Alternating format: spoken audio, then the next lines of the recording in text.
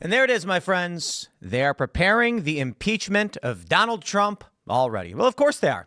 Jamie Raskin's losing his mind. You got some, what's his face? This guy, who is it? Al Green. That's what his name. Al Green screaming, the movement to impeach Trump has begun.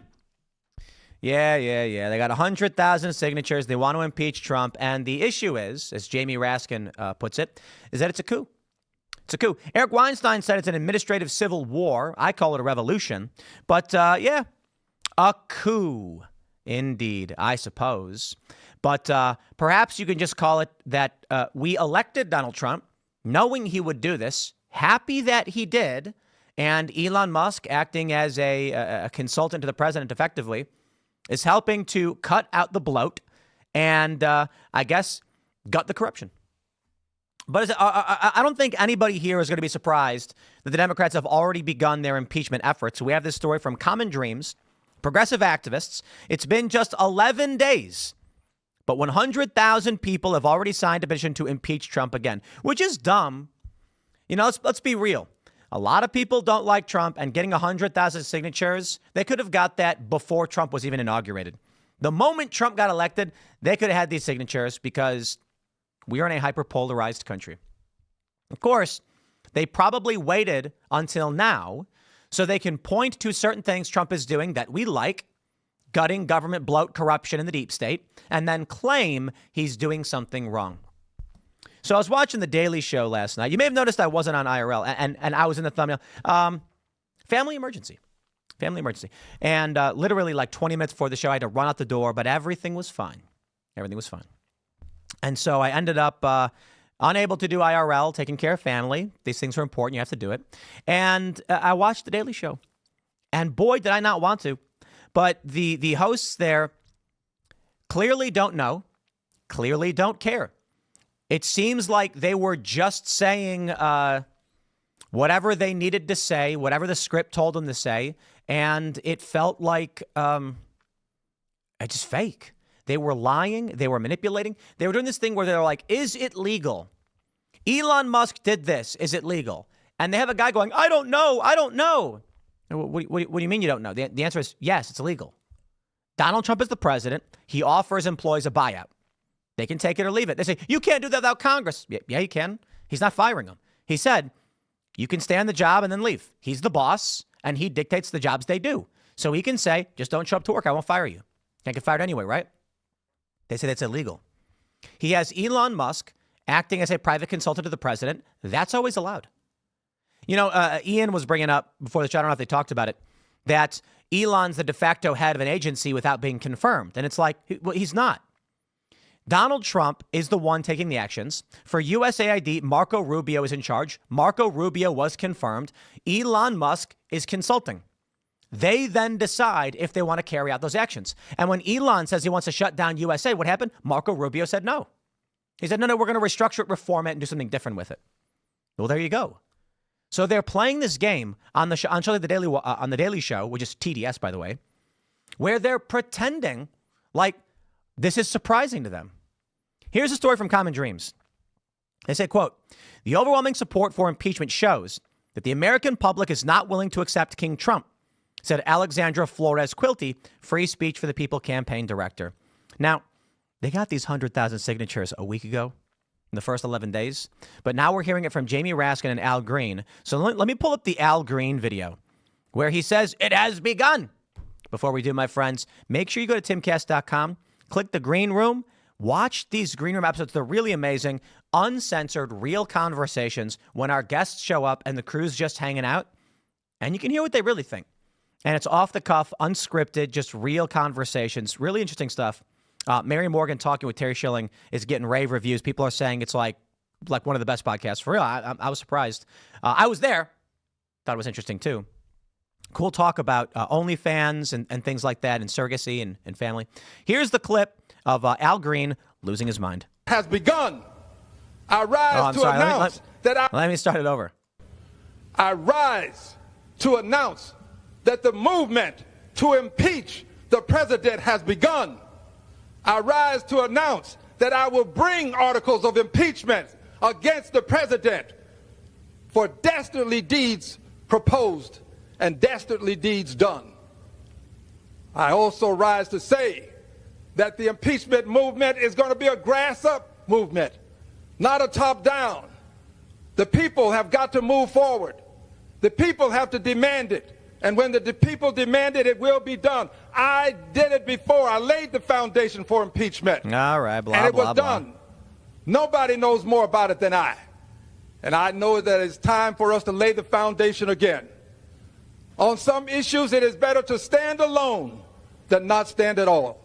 On this issue, I stand alone, but I stand for justice. Sure you do. The movement to impeach Donald Trump has begun. Nick Sorter says, Rep. Al Green has just announced he will be filing to impeach President Trump for dastardly deeds.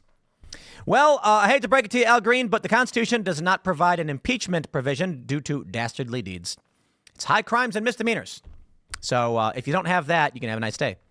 He says they're so freaking mad that they're being exposed. Impeachment worked so well last time, didn't it, Democrats? Here we go from freespeechforpeople.org. They say impeach Trump again. A nonpartisan campaign led by Free Speech for People has garnered over 100,000 petition signatures, signaling widespread support for an impeachment investigation of President Trump, launched on Inauguration Day. The petition calls on the U.S. Congress to initiate an immediate impeachment into Donald Trump's impeachment investigation into violations of the emoluments clauses, in unlawful corrupt campaign practices, his pardoning and blocking the prosecution of fellow J6 insurrectionists, they call it. The campaign today has added multiple new grounds for an impeachment, blah, blah, blah. Now, we know that they're going to try this. Of course they were. We have this clip of Jamie Raskin talking with Brian Tyler Cohen, and he lays it out in this is what the Democrats are doing. This is how they view things. And let's take to shreds, but let's listen first. We need to be very clear about what's going on. And I think the easiest way to wrap your head around it is that this is a coup, which is a seizure of state power by unelected actors by taking control over the central institutions and functions of government. So Elon Musk has essentially seized control over the financial payment systems of the U.S. government, much of the communications systems of the United States, the data infrastructure, and of course, he's got his claws also into the military infrastructure as well. So, in addition to everything that Donald Trump is doing to dismantle every part of government that doesn't profit him personally and his friends personally, we have this additional problem of Elon Musk essentially trying to consolidate state power under him and transform the nature of our constitutional order. No, I'll rephrase that for you very simply, Brian and Jamie Raskin. We elected Donald Trump intentionally to do this job. We knew that Elon Musk would be working with Donald Trump to do this job. And now Elon Musk is helping Donald Trump do the job we elected him to do. Now you can cry all you want about it, but calling it a coup, that's absurd. Now, what about our friends over at MSNBC? How are they handling it? They've gone what I would describe. Now, all of it I would describe as insane, but I believe you can call this one the most insane.